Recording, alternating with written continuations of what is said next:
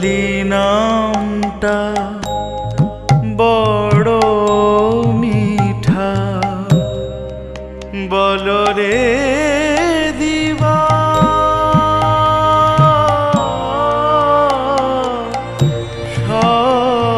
সর্বরি।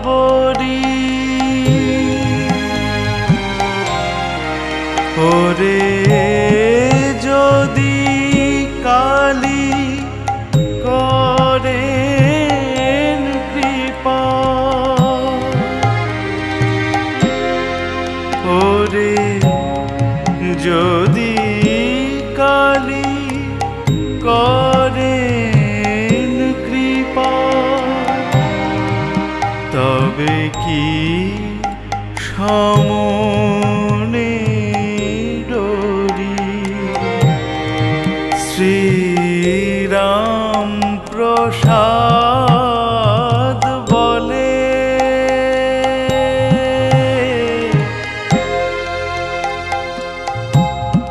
কালী বলে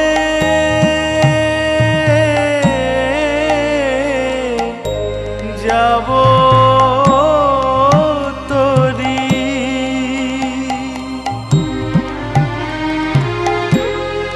তিনি তনয় বলে দয়া করে তরাবেন এ ভব বারি। মন রে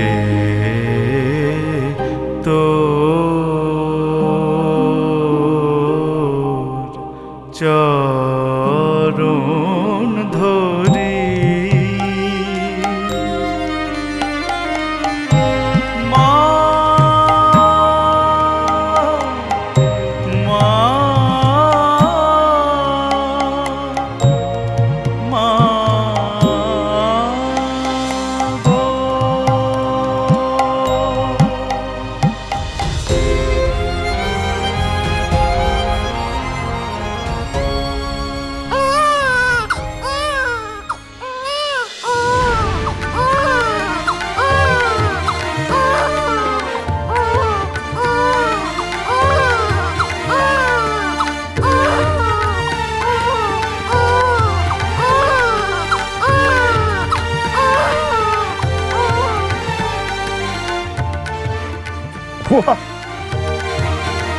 তুই দয়াময় রে মা, তুই কৃপাময়।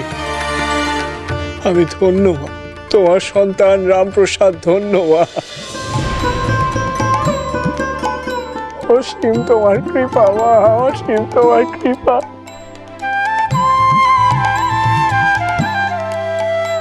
জয় মা, জয় মা। মারে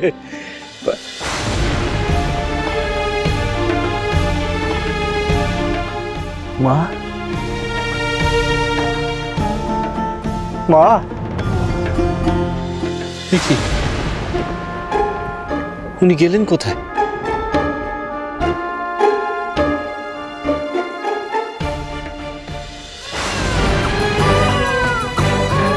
নতুন বাবা, নতুন বাবা, তোমার বাচ্চা যে কাঁদছে, তোর বাচ্চাকে সামলাও মা।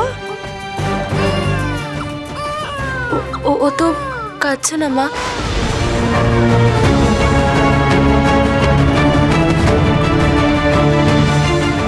এই তো আমরা এসে গেছি বাবা। আর একটু এবার তুমি মায়ের কাছে চলে যাবে, ব্যাস তবেই শান্তি। হ্যাঁ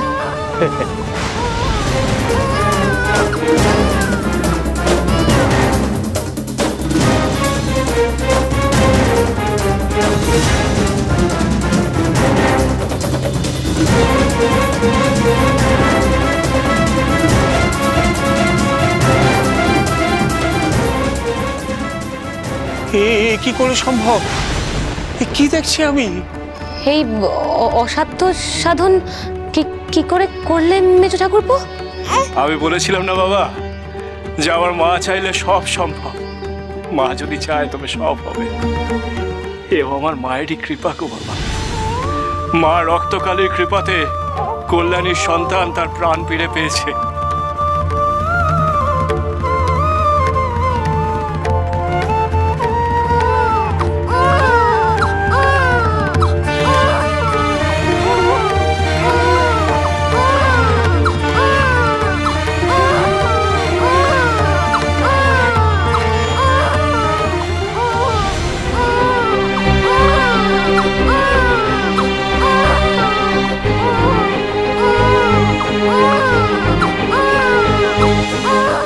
বাবা, এমন কাণ্ড তো জন্মেও দেখিনি বাপু।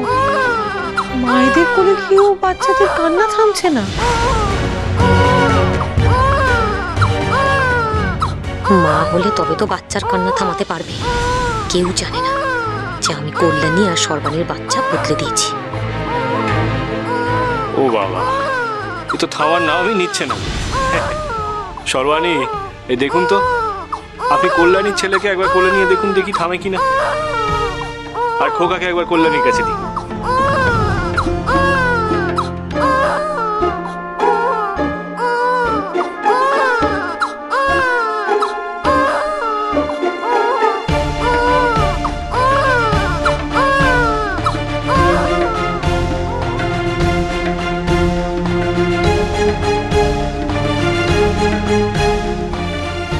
এ তো ভারী অদ্ভুত কাণ্ড। হ্যাঁ, এমন তো কখনো দেখিনি। এমনটা তো হবার নয়। অসাবধানে বাচ্চা বদল হয়ে যায়নি তো?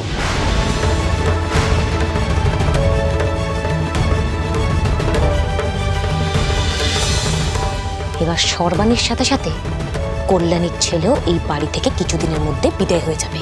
সবাই জানবে কল্যাণী মৃত সন্তান প্রসব করেছে। কোন দায়ী এসেছিল? জানি না, আমরা তো সবাই ঘুমিয়ে পড়েছিলাম। বড় বৌমাই একমাত্র জেগেছিল, ওই বলতে পারবে। কেন, যাকে বলা হয়েছিল সেই চম্পাদাই এসেছিল। দুর্যোগের জন্য দেরি করে এসেছিল বলে আমি তো দু চার কথাও শোনালাম, আর বললামও যে দুই বউ ভীষণ কষ্ট পাচ্ছে। তা চম্পাদাই বৌমাদের দেখে কি বলেছিল? আমাকে তো বলেছিল গরম জল আনতে। আমি গরম জল দিয়ে তারপর থেকে তো ঘরের বাইরেই ছিলাম। কেন ঘরের বাইরে ছিলে কেন? আসলে আমি না ওই বাচ্চা বিয়নো চোখে দেখতে পারি না। আমার না কেমন জানি শরীর খারাপ করে।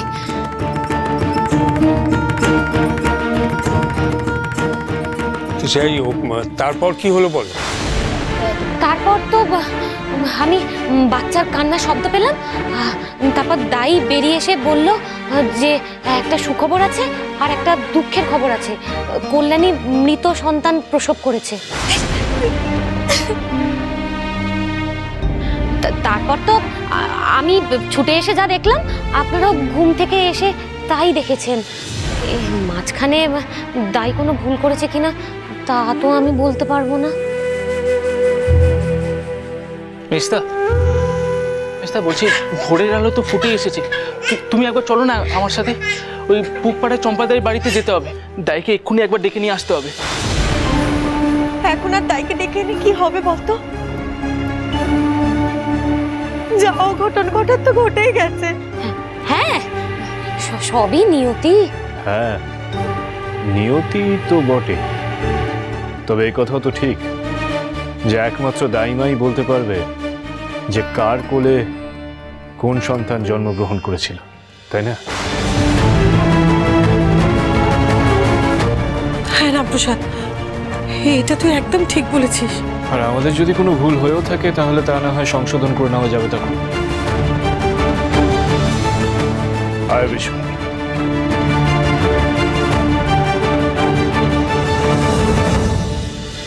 এই রে, আমি তো চম্পাদাইকে কুমারহট্ট ছেড়ে চলে যেতে বলেছিলাম। সে এবার গেল কিনা কে জানে।